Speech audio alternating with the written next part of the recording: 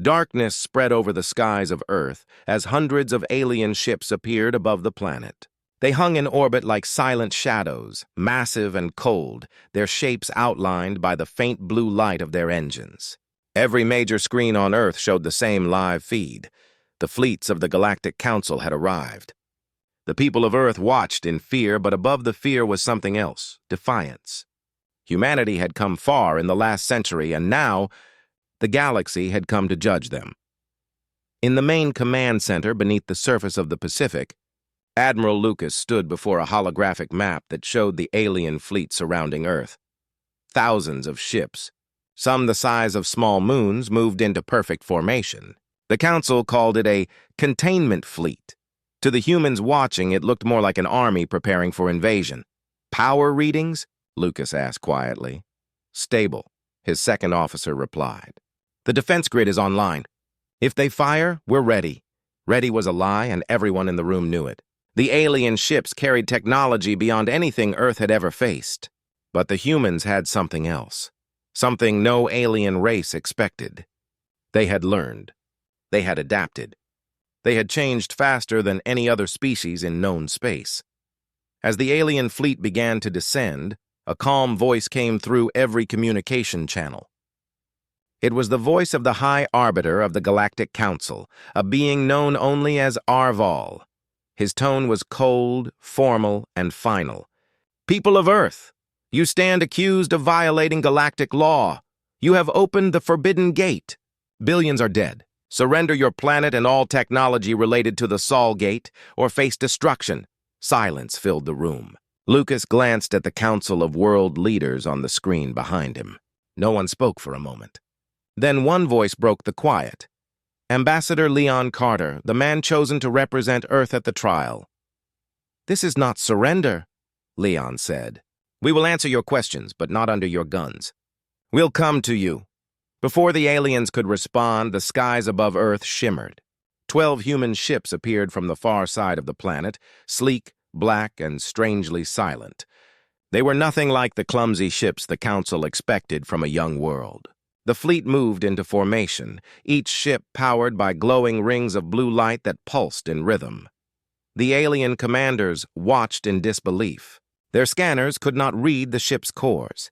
The energy pattern was unknown, and the materials reflected every probe sent toward them. Arval's voice cut through the static.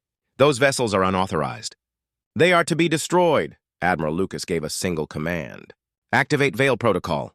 A pulse of invisible light spread from the Earth fleet. The alien ship's sensors went blind. Their targeting systems flickered and froze. In the next second, the human ships vanished from every alien display. Panic rippled through the alien formation. "They've cloaked," one of the Council captains reported. "But how? Cloaking fields of that magnitude are impossible." From behind the invisible curtain, the human ships spoke as one voice. "Earth will answer your judgment," Leon said. "But not in chains." The alien fleet did not fire. They couldn't. Their systems were still resetting when a wormhole opened in front of the human ships. The gate shimmered with golden light, stable and silent. The humans entered one by one, their ships swallowed by the light. The wormhole closed, leaving the alien armada floating in confusion. 5 hours later, deep in the center of the galaxy, the Grand Chamber of the Galactic Council opened its doors. For the first time in history, humans walked through them. The chamber was enormous, built into a hollowed asteroid surrounded by rings of light. Thousands of alien species filled the galleries, their eyes fixed on the small group of humans escorted to the center.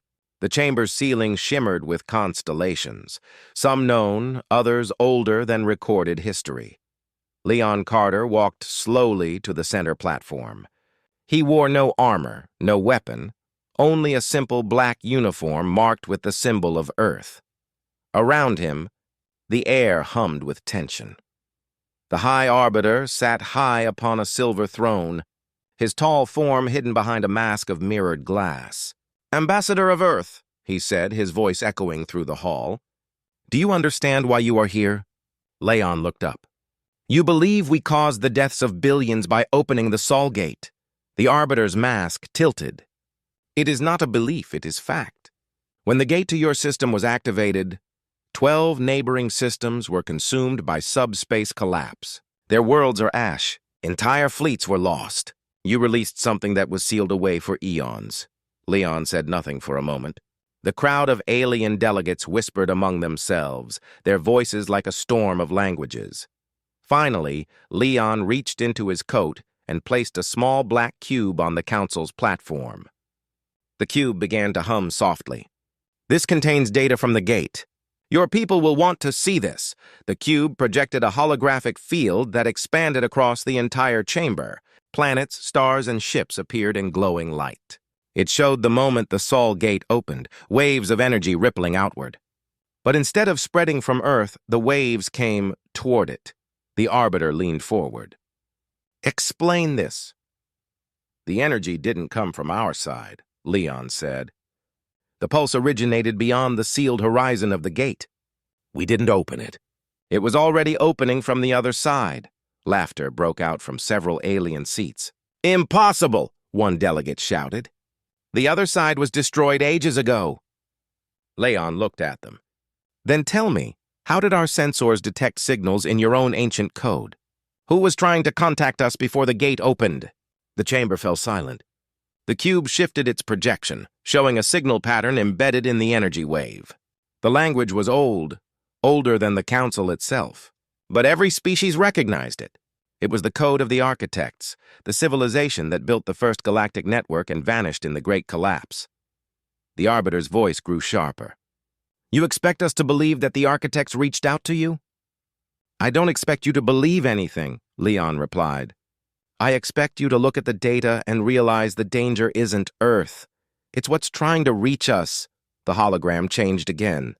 Now it showed something vast beyond the gate, something made of light and shadow twisting like a storm. Its surface moved as if alive. Some of the older species gasped. "The echo," one whispered. Leon looked up at the sea of faces. "We came here to warn you, not to ask forgiveness. You think we brought death to your worlds, but you're counting the wrong dead." Security drones moved closer, ordered by the Arbiter. The cube suddenly pulsed brighter, flooding the chamber with light. The hologram expanded again, showing the outer systems, hundreds of dead worlds, all marked in red. The light spread farther, showing more. "Stop this!" the Arbiter shouted. But Leon did not stop. His voice was steady. "These deaths began long before we opened the gate. Something was waking. The architects sealed it away, and you forgot why. You closed the door, but you never destroyed what was behind it." The cube went dark. Silence fell again. The air in the chamber felt heavy, filled with unspoken fear. The Arbiter spoke slowly. "If what you say is true, then the danger threatens all life. But if you lie, Earth will burn." Leon met the reflection in the Arbiter's mask. "Then I hope you're ready to learn what's really behind your history." Outside the chamber, hidden sensors detected a faint surge of energy from deep space. A signal echoed across the galactic network. It matched the same pattern as the pulse from the Sol gate. In orbit around Earth, the alien fleet received the signal first. Their ships began to fail one by one. Systems shut down. Lights flickered. Then, in the silent dark, something massive moved beyond the shadow of the moon. It wasn't a ship, not in the way they understood. It was a shape made of energy, ancient and aware. Back in the council chamber, Leon's communicator blinked once. He looked down and whispered, "It's already here." And far above Earth, the light spread. The gate pulsed again, one heartbeat slow and deep, and the galaxy began to tremble. The warning came without sound, without light, without mercy. In orbit above Mars, the first alien warships appeared from folds in space, their forms sleek and black like moving shadows. Each ship carried the seal of the Galactic Council. They came not to negotiate this time, but to contain what they feared had awakened on Earth. Humanity's earlier defiance had shaken the Council's pride. And now the galaxy's most powerful fleets gathered to end the problem before it spread any further. On board the human flagship, Vigilant Dawn, Commander Elias watched the alien formation grow across the red planet's horizon. Hundreds of Council ships had surrounded the human defense line. He could see the blue glow of their fusion cores shining like 1,000 suns. His communications officer turned pale. "Commander, they've issued an ultimatum. We have 6 minutes to surrender the Sol system. Elias leaned forward. And if we refuse? The officer hesitated. Then they open fire. The bridge fell silent. Earth's defense fleet was smaller, newer, and built with technology no one in the galaxy had ever seen before. But even with their hidden advantages, humanity couldn't win in open war, not against the combined armada of the Council. Elias knew that. Everyone on board knew that, and yet, retreat was not an option. Bring the Helios array online, Elias ordered. At the far edge of Mars's orbit, a massive ring structure began to glow. It was one of humanity's secret weapons, a relic built from fragments found in the ruins under Antarctica. The Helios array was not made by humans, at least not entirely. It was part of the same mysterious technology that had powered the ancient Sol Gate. The alien fleet moved closer. Dozens of massive ships aimed their cannons toward the human formation. A voice came through all channels, deep and commanding. This is High Admiral Tareth of the Galactic Council. Power down your systems. You have no authority to wield architect technology, Elias replied calmly. We didn't steal it. We inherited it. Before the alien could respond, the human fleet shifted formation. Every ship activated the Helios link, connecting through invisible streams of energy. For one brief moment, their systems merged. Across the galaxy, scientists had once said that human minds could never synchronize with quantum architecture. They were wrong. Lock targets, Elias said quietly. The alien fleet fired first. A storm of plasma and energy beams rushed across space, hitting the human line in a blinding flash. When the light faded, the human ships were gone. The alien commander frowned. They've been vaporized, but then the radar screens flared red. The human fleet reappeared behind the alien formation, unharmed. It was impossible. They had jumped through folded space without a gate. The Helios array had allowed them to slip through dimensions. Open fire, Elias ordered. Blue beams of energy lanced from the human ships, striking at the rear of the alien fleet. The Council ships tried to turn, but their systems lagged. The array distorted their targeting, bending their sensors back on themselves. The first alien destroyer exploded. Then another. In 5 minutes, the galaxy's proudest fleet realized that the primitive species of Earth had learned how to control something no one else understood. But Elias didn't celebrate. He knew this wasn't victory. It was only survival. The array's power was unstable. The readings on his console showed rising energy levels that no system could contain. Disengage the array, his engineer warned. It's pulling power from somewhere else, somewhere we can't trace. Elias looked at the display. The energy signature matched the same signal that had come from the Sol Gate, the pulse that killed billions when it reactivated. Whatever the array was connected to, it wasn't just a power source. It was something alive. Cut the link, he ordered. The array dimmed, and the human fleet fell back toward Earth. The surviving alien ships regrouped, but didn't pursue. They had seen enough to understand that Earth was no longer defenseless. Back on Earth, Ambassador Leon Carter stood once again before the Galactic Council, this time under heavier guard. The trial continued. The alien delegates shouted over one another, demanding punishment, demanding answers. The Council's chamber felt more like a battlefield than a courtroom. The High Arbiter raised his hand for silence. You claim your species did not open the Sol Gate. You claim something on the other side did. Then explain how your people now command the same power as the architects who built it. Leon spoke slowly.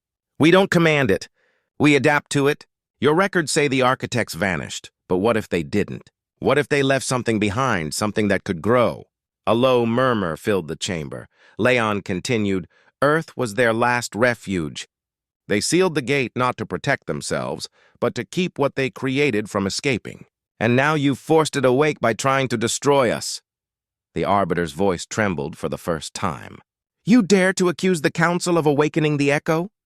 Leon looked around the hall. You already knew it existed. You just hoped it would stay forgotten. The moment we reactivated the gate, your fleets moved before we even sent a signal. You weren't afraid of us. You were afraid of what we might remind you of. The alien delegates fell silent. For the first time, doubt spread among them. The High Arbiter turned to his advisors. Show the surveillance from the Mars battle. Holographic projections filled the air, showing the human fleet vanishing and reappearing behind the alien formation. The Council's scientists watched in disbelief. No known technology could bend space that way. One scientist whispered, "That is the same signature as the Echo's resonance." "They are using living energy," the Arbiter faced Leon again. "If that is true, then your species carries within it the seeds of destruction. The architects doomed themselves by trying to merge mind and matter. You will do the same." Leon replied, "Maybe. Or maybe we'll finish what they started." Outside the chamber, distant alarms sounded. The Council's defense satellites detected new energy readings near the edge of the system. The same pulse pattern as before, the same rhythm as the Soul Gate. It was spreading. The Arbiter rose. "Cut all communications to Earth. No ships leave. No ships enter. Until we understand this threat, your world is quarantined." Leon turned to the window, watching the distant stars flicker. "You can seal the borders of space," he said softly, "but you can't seal time. Whatever the architects began, it's already moving." Moments later, every light in the chamber went dark. The holograms flickered back on, but something had changed. The image of the galaxy on the central screen now showed entire sectors fading out one by one. No weapon could do that. No explosion could erase light itself. The Arbiter shouted for reports. None came. The signal from the outer colonies was gone. Only a single message reached the chamber before the line went dead. It was from one of the Council's fleets near the old architect ruins. 3 words. The stars vanished. Leon stood very still. He understood what that meant. The Echo wasn't just a weapon or a creature. It was something that fed on space itself, on energy, on thought. It was returning, and it was coming through the paths humans had unknowingly reopened. In the darkened hall, the High Arbiter looked down at the lone human standing among 1,000 alien races. "If this is true, you have doomed us all." Leon's answer was calm. "If this is true, we were doomed long before we met." Outside, in the depths of space, the last light of a dying star blinked once and went out. The silence that followed stretched across the void. Somewhere beyond the Sol Gate, something vast began to stir, and as it moved, the galaxy trembled, unaware that the next judgment was already on its way. The alien blockade around Earth glowed like a ring of fire in the night sky. Thousands of ships from the Galactic Council floated in silence, their weapons locked on the blue planet below. Every nation on Earth had gone dark to avoid detection. Power grids were buried, satellites hidden, and communication systems went underground. For 2 weeks, the Council fleet had waited for humanity to make a move. None came. They thought Earth was afraid. They were wrong. In orbit above the moon, deep inside a hidden base known as Station Horizon, Commander Mira stood before a wide glass wall that looked down upon Earth. Her reflection was faint in the glow of the planet. Around her, officers worked quickly, their voices hushed but sharp. The human defense fleet was ready, though no one outside the base knew it existed. The blockade wasn't surrounding Earth, it was surrounding a ghost. "Are we ready?" Mira asked. "Yes, Commander," her tactical officer said. "All stealth ships are online. The enemy thinks we're powerless." "Good," Mira replied. "Let's keep it that way." On the Council flagship, Varnok's Will, High Admiral Rethor watched the planet through his own screens. He was certain the humans had lost their nerve. Their transmissions had stopped, and their fleets had vanished. He ordered his sub-commanders to begin final preparations for occupation. As the alien fleet began to move, faint energy signatures blinked on the far side of the moon. They were small, almost invisible, and the aliens ignored them at first. Then one of the signatures grew brighter. Another followed. Within seconds, hundreds of them appeared, forming a pattern. The Admiral frowned. "What are they doing?"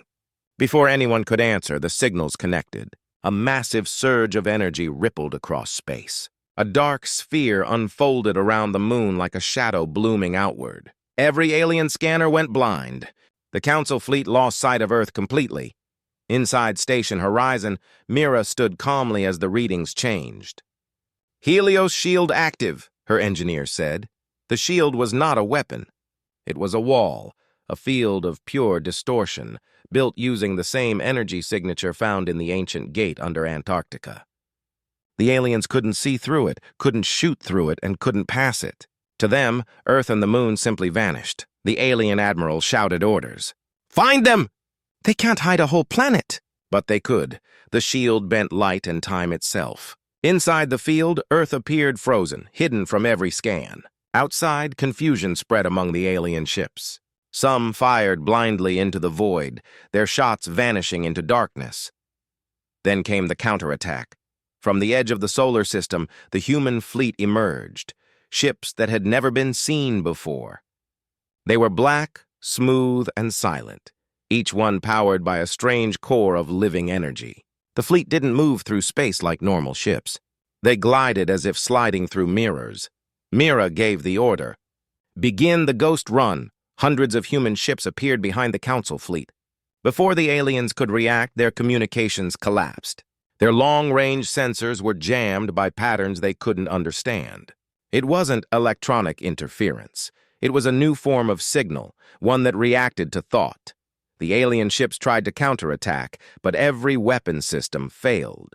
Beams misfired, missiles turned back, and engines went dead. The alien command channels filled with confusion.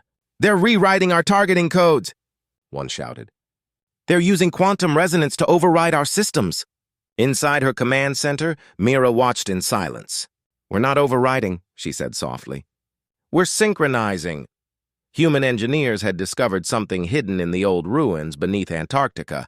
Every piece of alien technology was built on architect foundations, and humans had learned how to connect with it directly. They didn't steal the technology, they bonded with it. Human neural patterns could merge with the architect resonance, allowing their ships to react faster than machines. To the Council fleet, it looked like witchcraft. Within minutes, the alien formation broke apart. Dozens of ships fell into chaos, but Mira gave no order to destroy them. "We only defend," she said. "No first strike. Let them see what we can do." Her officers nodded. They knew she was right. The point wasn't to win the battle, it was to send a message. Back at the Galactic Council headquarters, reports flooded in. The High Arbiter listened to the chaos echoing through the chambers. "Human ships are phasing through our fleets," one voice said. "They are disrupting our weapon arrays without firing." The Arbiter turned to his advisors. "How can this be?" "They were primitive only a century ago," one advisor answered in fear. "They are not what we thought. Their evolution was not natural. It was accelerated." "By whom?" No one answered. Back on Station Horizon, Mira received a transmission from Ambassador Leon, who was still held under Council guard. His voice was calm but urgent. "The Council is panicking. They're preparing a strike that could wipe out everything within the Sol system. You have to stop this before they make that decision." Mira looked at the holographic display of Earth glowing within the dark shield. "Then we'll give them proof that fighting us is suicide." She ordered the activation of Project Obsidian. At the edge of the solar system, a black sphere appeared, massive, silent, and pulsing with slow light. It wasn't a ship, and it wasn't human-made. It was one of the old architect relics they had unearthed and repaired. The humans called it a mirror engine. It could reflect energy, any energy, back at its source. The alien fleet near Jupiter began to charge their planetary disruptors, unaware of what was waiting. The beams fired, white and blinding, slicing through space toward Earth's shield. The light struck the mirror engine and turned back. The energy bounced across the system and hit the alien fleet with the force of their own weapon. The ships vaporized instantly. The shockwave tore through the formation, scattering what was left. The Council command channels went silent. The High Admiral watched the destruction with wide eyes. "They turned our fire against us," he whispered. "They are using the same laws of physics that built our empire." On Earth, the people finally saw the battle's end. The alien blockade was broken. The skies cleared. For the first time in weeks, sunlight reached the oceans again, but Mira didn't celebrate. She looked at the data on her screen. The mirror engine's readings were strange. The energy it had reflected was not fading. It was growing. Her scientist frowned. "Commander, it's feeding off the weapon fire." It's alive! Shut it down, Mira ordered. We can't, he replied. It's adapting. It's copying our control systems. In orbit, the black sphere began to change shape. Patterns of light ran across its surface, forming strange geometric symbols. Then it sent out a signal, not in human language, not in alien language, but something deeper. The message repeated again and again. We remember. On the Council homeworld, every communication system picked up the same signal. The Arbiter froze as the translation appeared on the main screen. The architects are not gone. Inside the Helios shield, Earth's skies rippled with light as the signal spread across the planet. Humans everywhere felt a strange vibration in the air, like a heartbeat beneath their feet. Mira watched from her station as the black sphere opened like an eye, revealing a core of white fire. It wasn't attacking, it was awakening. Her voice was barely above a whisper. It's not a weapon, it's a memory. And far away, beyond the edge of the galaxy, other echoes began to stir. The dead systems, the lost colonies, the broken gates, all began to flicker with faint light. The architects had left pieces of themselves everywhere, waiting for the right moment to return. Mira turned to her officers. Send a message to the Council. Tell them the truth. What truth? Her second asked. That Earth didn't open the gate? She said. The gate opened us, and as the light spread through the dark, the galaxy began to realize that humanity's rise was not an accident. It was a signal that the oldest power in existence had chosen to wake again. And this time it was human hands that would carry it forward. The sky above Earth was no longer blue. It burned red with the light of hundreds of alien warships descending through the upper atmosphere. Every city watched the same terrifying sight on their screens. The fleet of the Vorth Dominion had arrived. They came in silence, forming a web around the planet like metal predators circling their prey. In orbit, the United Earth Defense Fleet stood ready. Rows of human ships, sleek, gray, smaller but heavily armed, waited in precise formation. Their commander, Admiral Hayes, stood in the observation deck of the flagship Horizon, eyes locked on the incoming armada. Hold your fire, he said calmly. Let them make the first move. On the ground, the streets of New Geneva were empty except for defense teams. Every satellite and drone hovered in coordinated readiness. The Council of Earth had already declared this was not a war. They called it a test. The aliens had demanded surrender. Humanity had responded with silence. The Vorth believed humans were outmatched. They didn't understand that Earth had planned for this exact moment. The lead alien vessel opened a transmission, its voice deep and cold. Humanity, you have violated the Treaty of Containment. You opened the gate to the core worlds. You have broken galactic law. Surrender now or be erased. Admiral Hayes didn't blink. We didn't open the gate, he said. We built one. There was a pause. Then laughter echoed through the alien signal. You built one? Impossible. Your kind barely understands hyperspace navigation. Hayes turned to his officers. Show them! The stars outside flickered. Then, behind Earth, the void split open, a massive spiral of energy the size of the moon. It glowed blue, swirling with lightning and plasma. The artificial gate pulsed with controlled chaos, bending gravity itself. Humanity had created their own wormhole generator, one that could summon fleets across light years in seconds. The alien commander froze. His sensors read impossible energy levels. What have you done? He demanded. Hayes smiled faintly. Leverage. Without another word, the Horizon activated the defense grid. Planetary cannons powered up, electromagnetic barriers shimmered, and orbital drones launched in synchronized waves. The first alien ship opened fire, its plasma beam striking Earth's outer shield. The energy rippled but held. The counterattack came instantly. Hundreds of small human ships darted forward like silver arrows, using unpredictable flight patterns. They didn't rely on brute strength, but on coordination, algorithms, and human intuition. The Vorth fleet, massive and proud, struggled to track them. Explosions bloomed in silence across the black sky.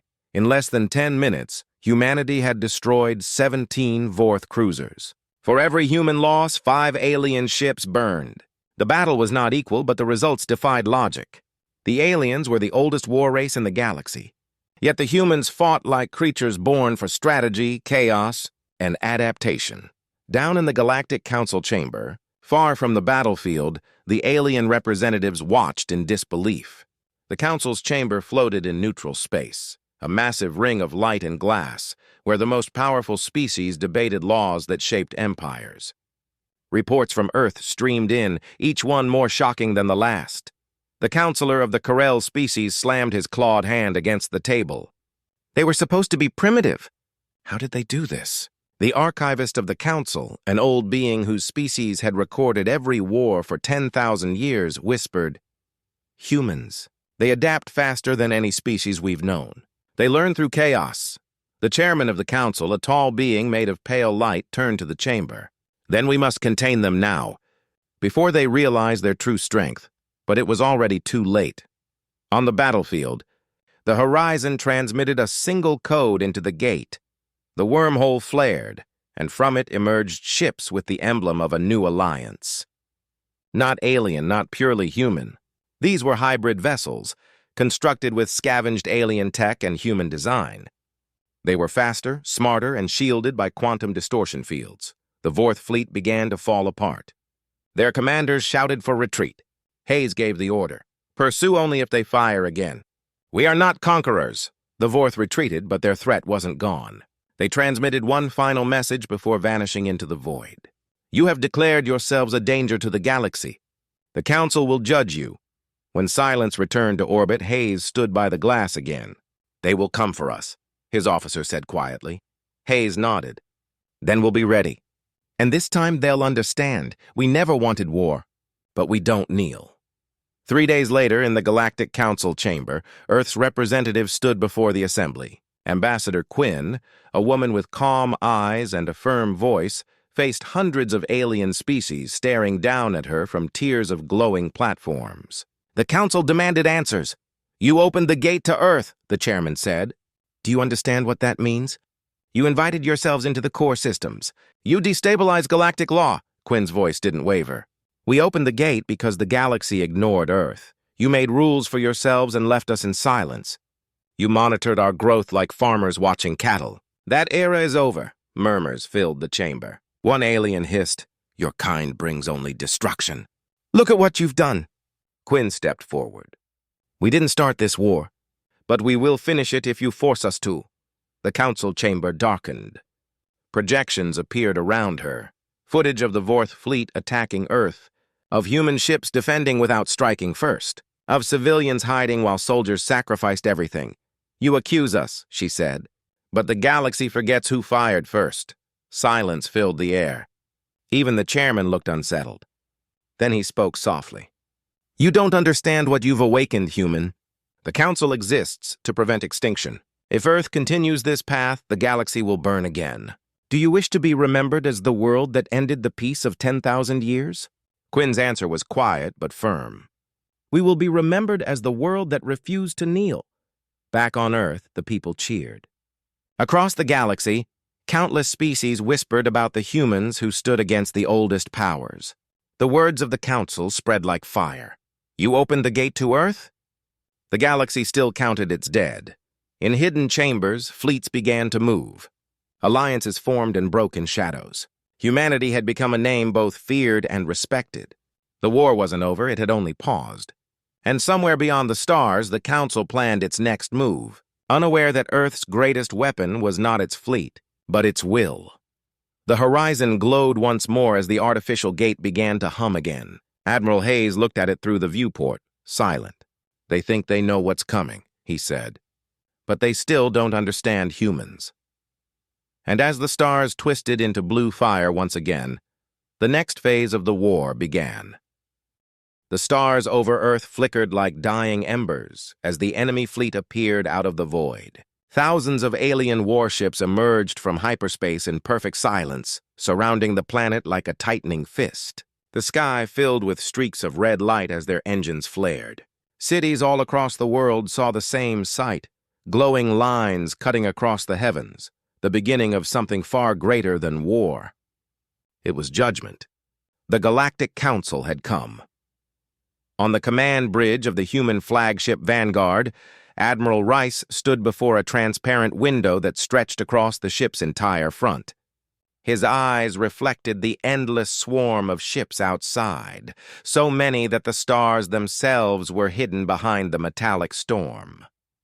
"They've brought the Council Armada," whispered his second officer. "Every major species, every fleet under their banner." "We can't fight that," Rice didn't reply. His hand rested on the console and his gaze didn't move. "They think we can't," he said quietly. "They still don't understand us." The alien transmission arrived a second later. The image of the Council's speaker appeared in shimmering light, tall, luminous, emotionless. "Humanity of Sol," the voice echoed. "You have violated galactic law by constructing unauthorized gateways and waging war against the Dominion. You are hereby sentenced to planetary containment. Surrender your fleets, shut down your gates. Do this, and your world will be spared." Rice looked around the bridge. His crew waited for his response. "Transmission open," he ordered. Then he stepped forward and faced the holographic figure.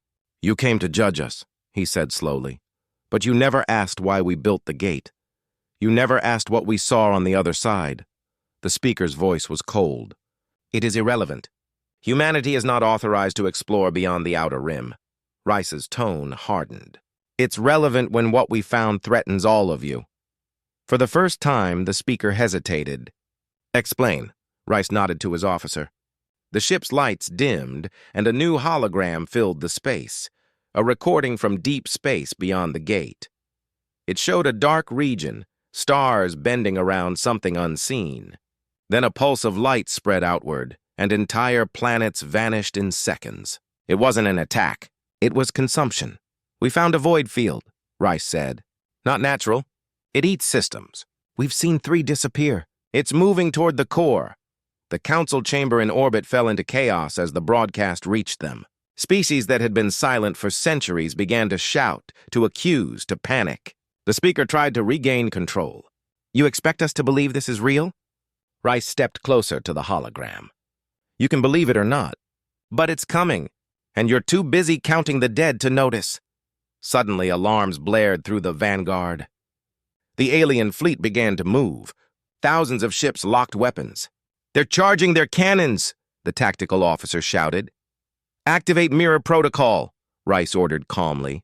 On Earth's surface, massive satellites rotated into position. The space around the planet shimmered as energy fields came online. The mirror defense system, Earth's last secret, activated for the first time. It didn't fire back. It reflected. The alien fleet unleashed their barrage.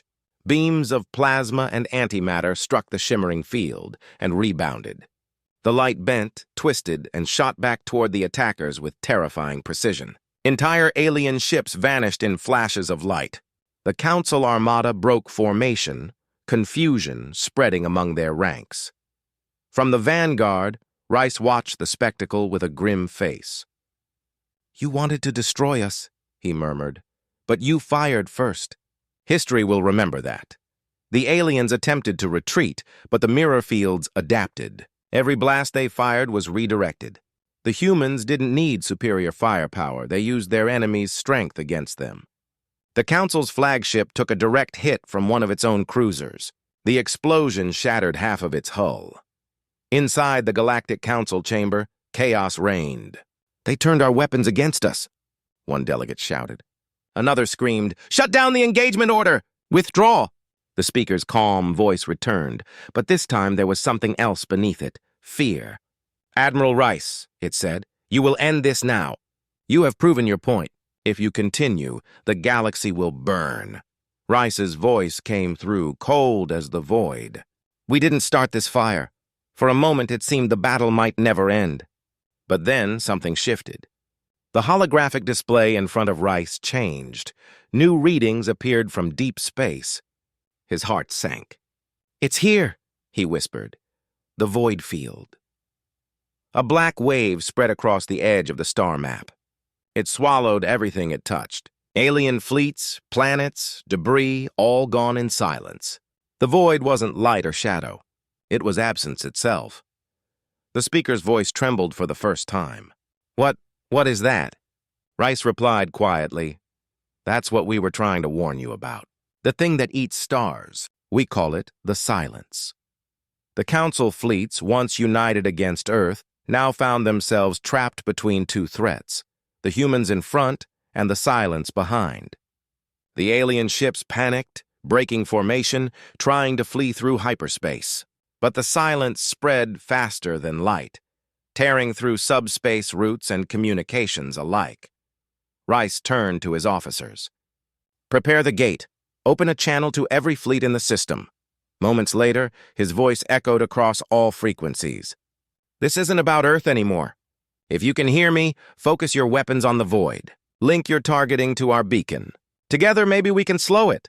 To the surprise of everyone, some alien ships obeyed. The humans transmitted the data freely, showing the energy frequency that disrupted the void's edge. It wasn't enough to destroy it, but enough to delay it. Thousands of ships, human and alien, began firing in unison. For the first time in millennia, the galaxy fought as one. The horizon lit up brighter than any sunrise. Energy waves rippled across space, slowing the advance of the Silence. But the cost was immense. Hundreds of ships burned. Thousands were lost. When the light faded, the void stopped. For now. The readings stabilized. The immediate danger had passed. Inside the Vanguard, silence filled the bridge. Rice looked at the wreckage on the screen, ships of every color and design, drifting together in the same graveyard. "Transmit this to the Council," he said softly. "Tell them this is what happens when we stop talking." A day later, the Galactic Council convened again. The chamber was darker, quieter. Many seats were empty. The speaker looked down at the single human representative, Ambassador Quinn. "Your admiral saved the galaxy," the speaker said slowly. "But the gate remains a threat. It must be closed." Quinn met the speaker's eyes. "It stays open. It's the only way we can reach what's left of the outer systems. You need us now, and we need you," the chamber murmured. Some protested, others agreed. The speaker hesitated. Then, for the first time in recorded memory, it bowed its head.